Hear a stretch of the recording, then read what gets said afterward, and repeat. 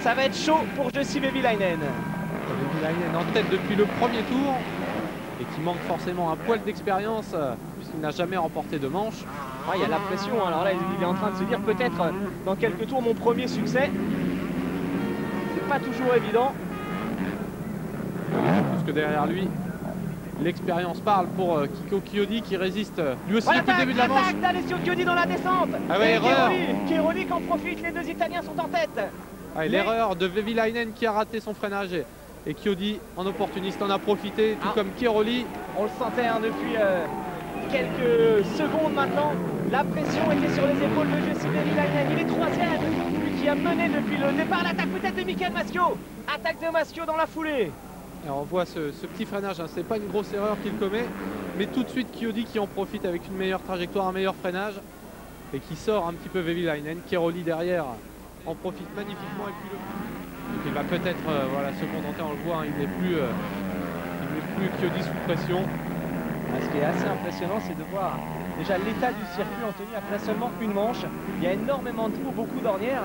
Ça veut dire qu'en fin de journée, physiquement, les secondes manches vont être vraiment très difficiles pour tous les pilotes. Ça c'est clair, on a dit. Au fur et à mesure de la journée, la piste va se détruire. Et c'est vrai que pour cette première manche, elle est déjà bien défoncée. Alors derrière, Pascal Leur vient de se faire doubler par Karl Lund. Il est 12e désormais. Juste devant Boissière, Sepp Pourcel, 15e. Stephen Sword en difficulté, seulement 17e le pilote britannique. Et regardez le petit Chiodi qui vole vers la première victoire de la journée. Ouais, et puis sa première victoire de l'année également. Première victoire de manche. Coup d'œil en arrière. Il ne s'était pas retourné de la manche. Je trouve qu'il n'est même pas au courant que c'est Chiaroli qui est juste derrière lui. Vraiment superbe prestation. Résister toute la manche à la pression. En effectuant des tours très rapides sur la fin. Ouais, c'est pas affolé en début de manche. Il est resté sur les talons de Vehviläinen. Il a porté son attaque et regardez hein, la joie dans le team RZ Zeta. Et puis surtout c'est un beau doublé italien. Hein. Superbe course des deux hommes. Et voilà Kiko Chiodi donc qui s'impose devant Antonio Chiaroli et Michael Maschio. On l'espère hein, qui a conservé sa troisième place à Love You, Kelly and Liam. Liam donc est né hier, le fils de Stefan Evers, donc ça y est, c'est bon, il est papa Stéphane, alors il était vraiment très heureux, il a passé pas mal de temps au chevet de son ami Kelly et il arrive ici donc eh bien décontracté, heureux.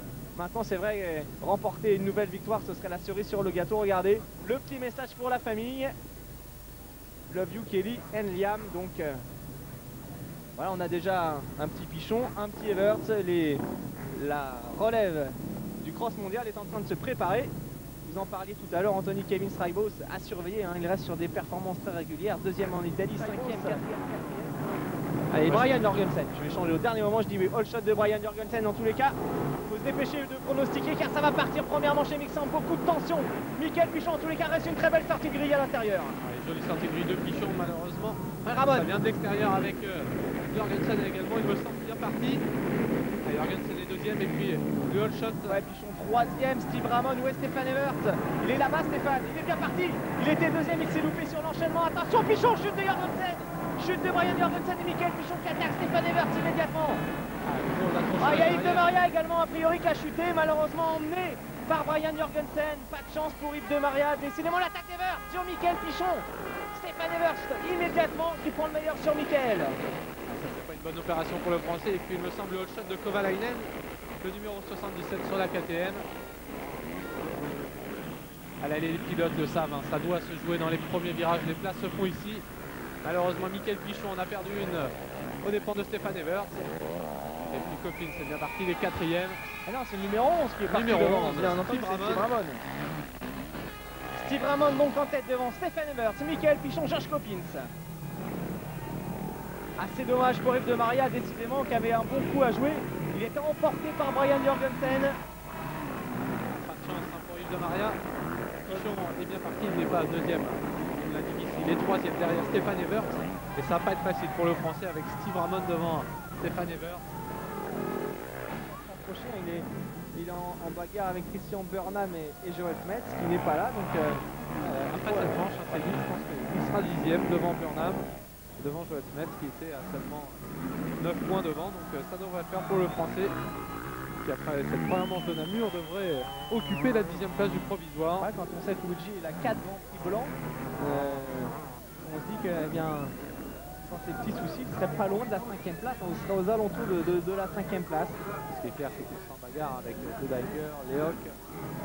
Il a le niveau pour se battre avec eux, c'est sûr. Allez, c'est fait donc. Victoire de monsieur Mister Namur. Stéphane Evers donc, qui s'impose après une course parfaitement maîtrisée. Victoire devant Joshua Coppins et Steve Ramon. Écoutez la foule, l'acclamation.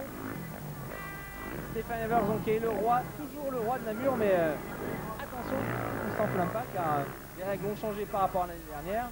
L'année dernière, Stéphane aurait déjà remporté le Grand Prix.